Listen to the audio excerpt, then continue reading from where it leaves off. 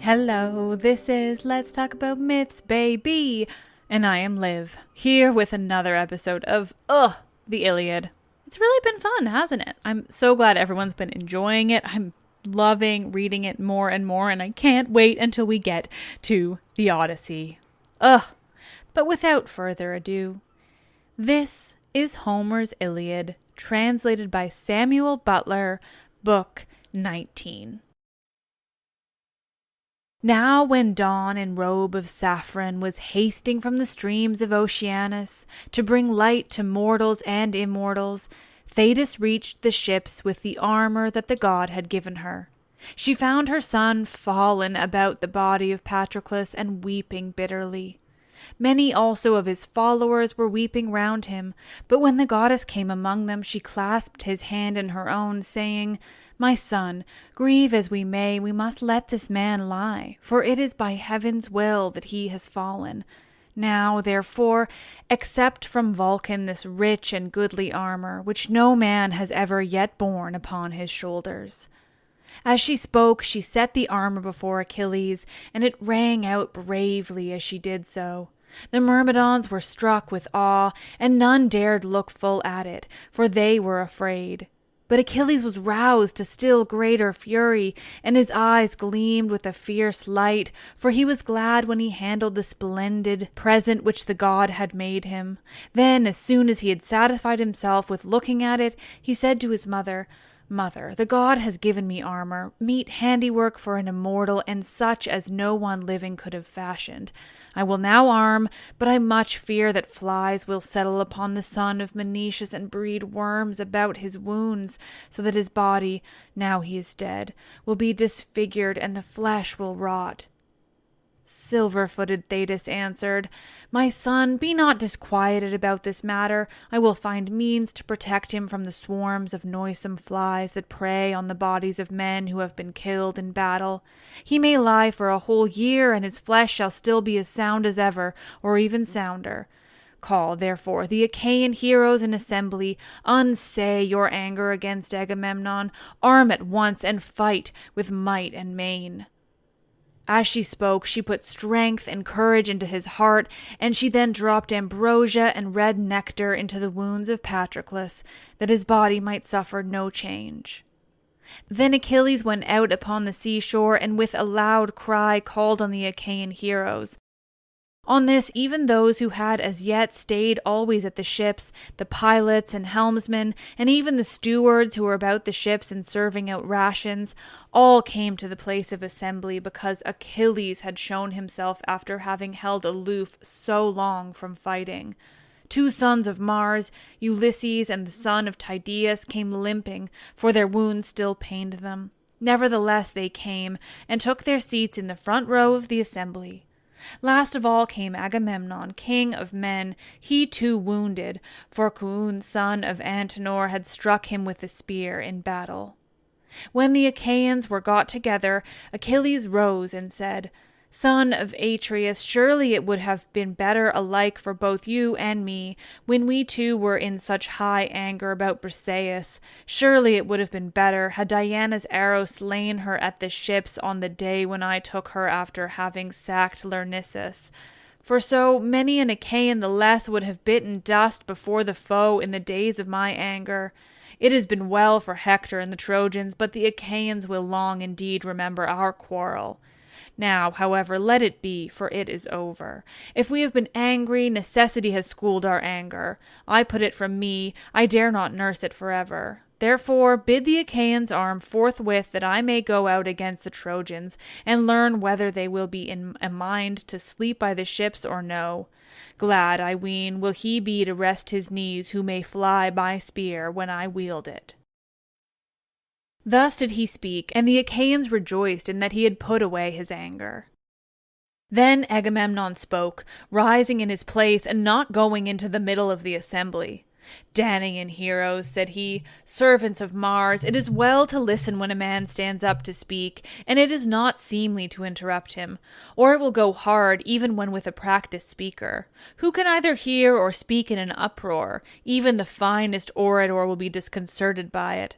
I will expound to the son of Peleus, and do you other Achaeans heed me and mark me well. Often have the Achaeans spoke to me of this matter and upbraided me, but it was not that I did it. Jove and fate and Oreneways that walks in darkness struck me mad when we were assembled on the day that I took from Achilles the meed that he had been awarded to him. What could I do? All things are in the hand of heaven, and Folly, eldest of Jove's daughters, shuts men's eyes to their destruction. She walks delicately, not on the solid earth, but hovers over the heads of men to make them stumble or to ensnare them. Time was when she fooled Jove himself, who they say is greatest, whether of gods or men. For Juno, woman though she is, beguiled him on the day when Alcmena was to bring forth mighty Hercules in the fair city of Thebes. He told it out among the gods, saying, "Hear me, all gods and goddesses, that I may speak even as I am minded. This day shall an Ilithyia, helper of women who are in labor, bring a man-child into the world, who shall be lord over all that dwell about him who are of my blood and lineage."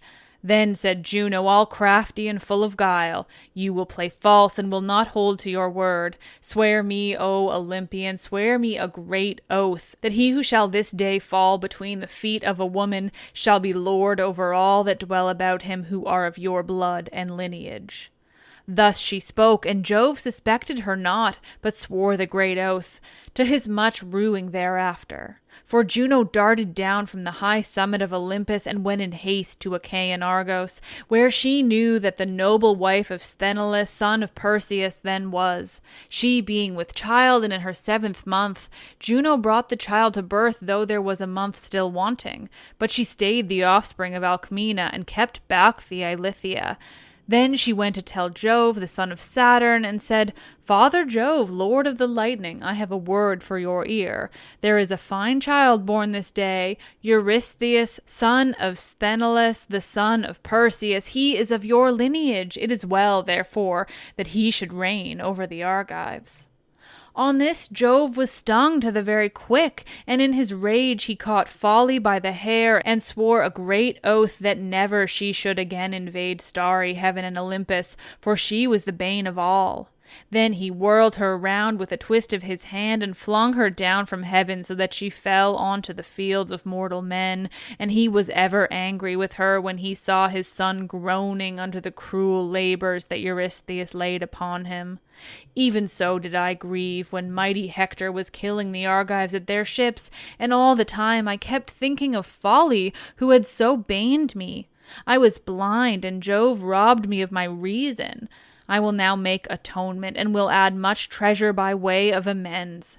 Go, therefore, into battle, you and your people with you. I will give you all that Ulysses offered you yesterday in your tents, or if it so please you, wait, though you would fain fight at once. And my squires shall bring the gifts from my ship, that you may see whether what I give you is enough.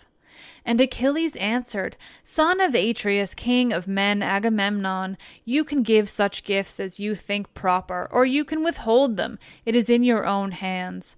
Let us now set battle in array. It is not well to tarry talking about trifles, for there is a deed which is as yet you do. Achilles shall again be seen fighting among the foremost, and laying low the ranks of the Trojans. Bear this in mind, each one of you, when he is fighting." Then Ulysses said, "Achilles, godlike and brave, send not the Achaeans thus against Ilius to fight the Trojans fasting, for the battle would be no brief one, when it is once begun, and heaven has filled both sides with fury. Bid them first take food, both bread and wine, by the ships, for in this there is strength and stay. No man can do battle the livelong day to the going down of the sun if he is without food. However much he may want to fight, his strength will fail him before he knows it. Hunger and thirst will find him out, and his limbs will grow weary under him." But a man can fight all day if he isn't full fed with meat and wine. His heart beats high, and his strength will stay till he has routed all his foes. Therefore send people away, and bid them prepare their meal. Agamemnon will bring out the gifts in presence of the assembly, that all may see them, and you may be satisfied. Moreover, let him swear an oath before the Argives that he has never gone up into the couch of Briseis, nor been with her after the manner of men and women. And do you, too, show yourself of a gracious mind. Let Agamemnon entertain you in his tents with a feast of reconciliation, that so you may have had your dues in full. As for you, son of Atreus, treat people more righteously in future. It is no disgrace even to a king that he should make amends if he was wrong in the first instance. And King Agamemnon answered, Son of Laertes, your words please me well, for throughout you have spoken wisely. I will swear as you would have me do. I do so of my own free will, neither shall I take the name of heaven in vain. Let then Achilles wait, though he would fain fight at once, and do you others wait also, till the gifts come from my tent, and we ratify the oath with sacrifice. Thus then do I charge you, take some noble young Achaeans with you, and bring from my tents the gifts that I promised yesterday to Achilles, and bring the women also. Furthermore, let Talthybius find me a boar from those that are with the host, and make it ready for sacrifice to Jove and to the sun.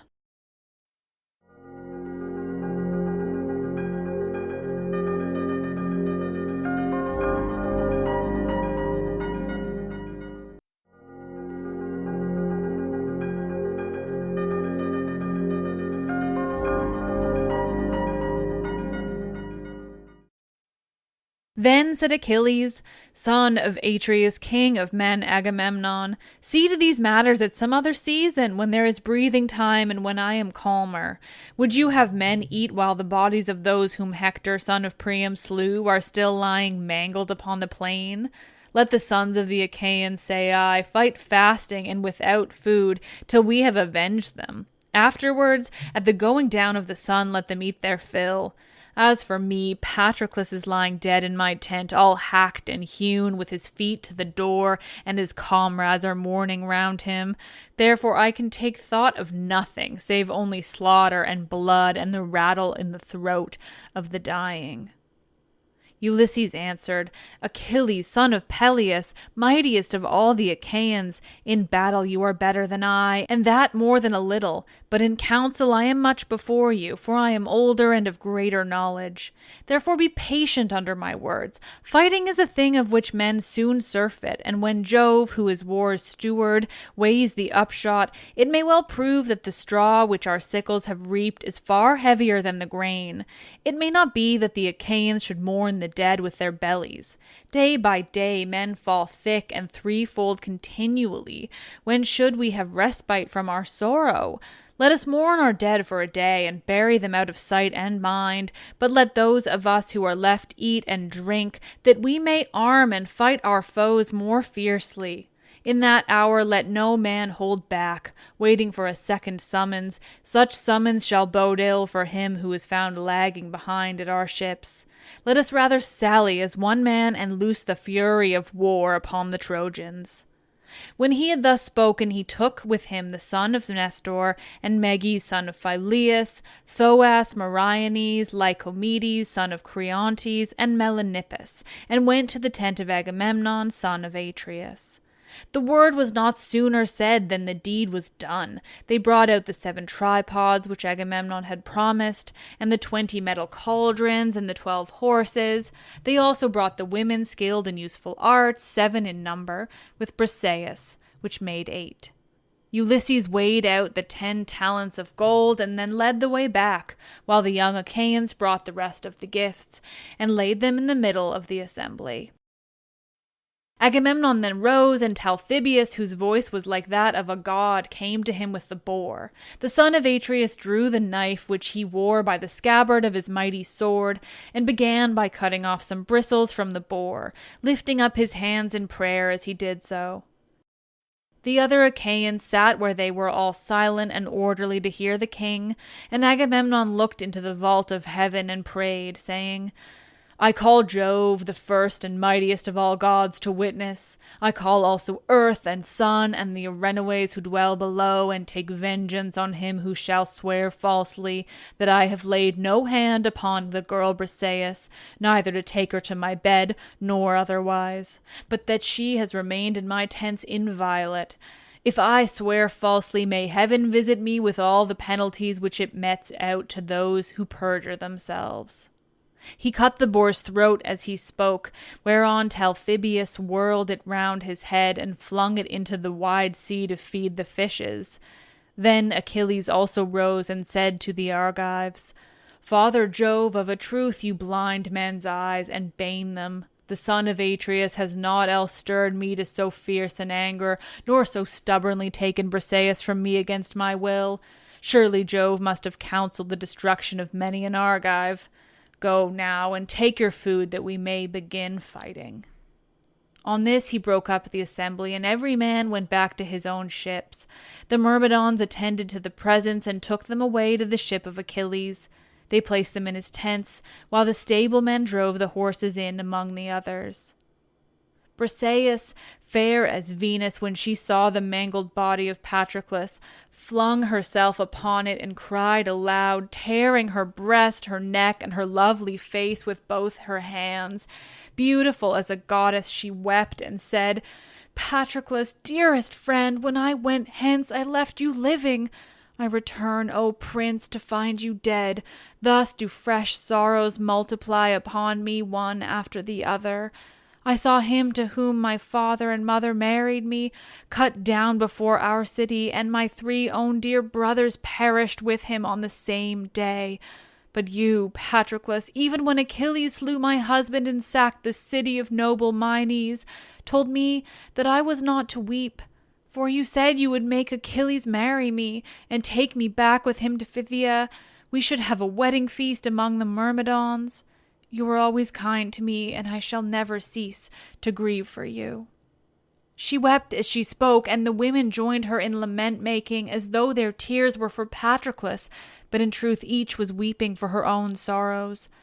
The elders of the Achaeans gathered round Achilles and prayed him to take food, but he groaned and would not do so. I pray you, said he, if any comrade will hear me, bid me neither eat nor drink, for I am in great heaviness, and will stay fasting even to the going down of the sun. On this he sent the other princes away, save only the 2 sons of Atreus and Ulysses, Nestor, Idomeneus, and the knight Phoenix, who stayed behind and tried to comfort him in the bitterness of his sorrow.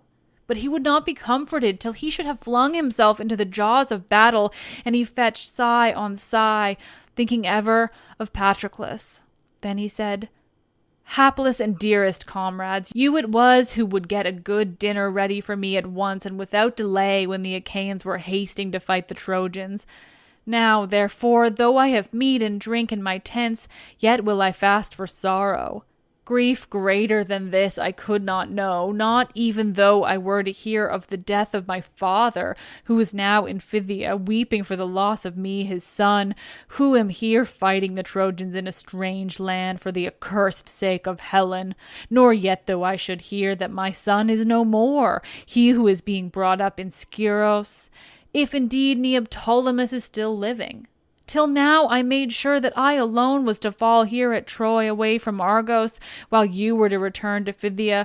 Bring back my son with you in your own ship, and show him all my property, my bondsmen, and the greatness of my house. For Peleus must surely be either dead, or what little life remains to him is oppressed alike with the infirmities of age, and ever-present fear lest he should hear the sad tidings of my death. He wept as he spoke, and the elders sighed in concert as each thought on what he had left at home behind him. The son of Saturn looked down with pity upon them, and said presently to Minerva, My child, you who have quite deserted your hero, is he then gone so clean out of your recollection?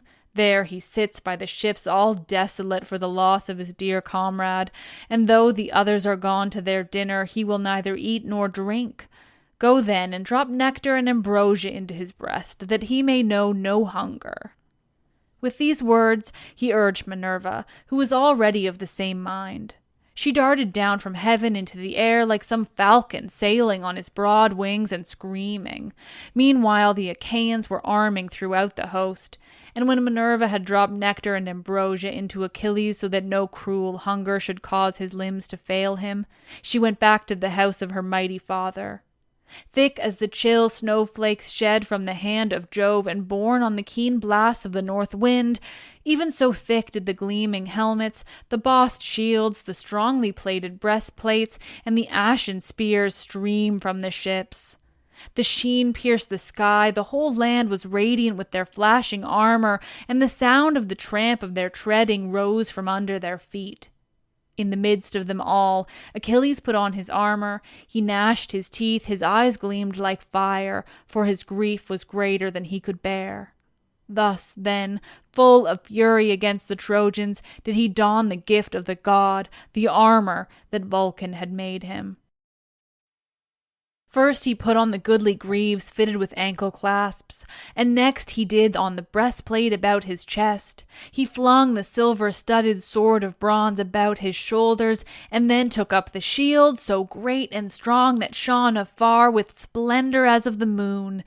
As the light seen by sailors from out at sea, when men have lit a fire in their homestead high upon the mountains, but the sailors are carried out to sea by wind and storm far from the haven where they would be. Even so did the gleam of Achilles' wondrous shield strike up into the heavens. He lifted the redoubtable helmet and set it upon his head, from whence it shone like a star, and the golden plumes which Vulcan had set thick about the ridge of the helmet waved all around it. Then Achilles made trial of himself and his armor to see whether it fitted him, so that his limbs could play freely under it, and it seemed to buoy him up as though it had been wings. He also drew his father's spear out of the spear stand, a spear so great and heavy and strong that none of the Achaeans save only Achilles had strength to wield it. This was the spear of Pelian ash from the topmost ridges of Mount Pelion, which Chiron had once given to Peleus, fraught with the death of heroes. Automedon and Alcimus busied themselves with the harnessing of his horses. They made the bands fast about them and put the bit in their mouths, drawing the reins back toward the chariot. Automedon, whip in hand, sprang up behind the horses, and after him Achilles mounted in full armor, resplendent as the sun-god Hyperion. Then with a loud voice he chided with his father's horses, saying, "Xanthus and Balius, famed offspring of Podarge, this time when we have done fighting, be sure and bring your driver safely back to the host of the Achaeans, and do not leave him dead on the plain as you did Patroclus." Then fleet Xanthus answered under the yoke, for white-armed Juno had endowed him with human speech, and he bowed his head till his mane touched the ground as it hung down from under the yoke-band. "Dread Achilles," said he, "we will indeed save you now, but the day of your death is near, and the blame will not be ours, for it will be heaven and stern fate that will destroy you. Neither was it through any sloth or slackness on our part that the Trojans stripped Patroclus of his armor.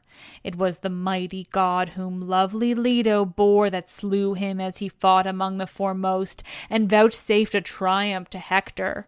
We too can fly as swiftly as Zephyrus, who they say is fleetest of all winds. Nevertheless, it is your doom to fall by the hand of a man and of a god." When he had thus said, the Erinyes stayed his speech, and Achilles answered him in great sadness, saying, "Why, O Xanthus, do you thus foretell my death? You need not do so, for I well know that I am to fall here, far from my dear father and mother. None the more, however, shall I stay my hand till I have given the Trojans their fill of fighting." So saying, with a loud cry he drove his horses to the front.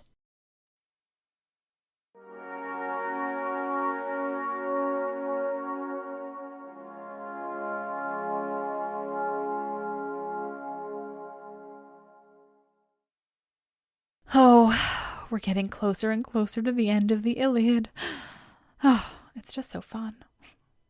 Thank you all for listening. You are all so wonderful. I am Liv, and I love this shit.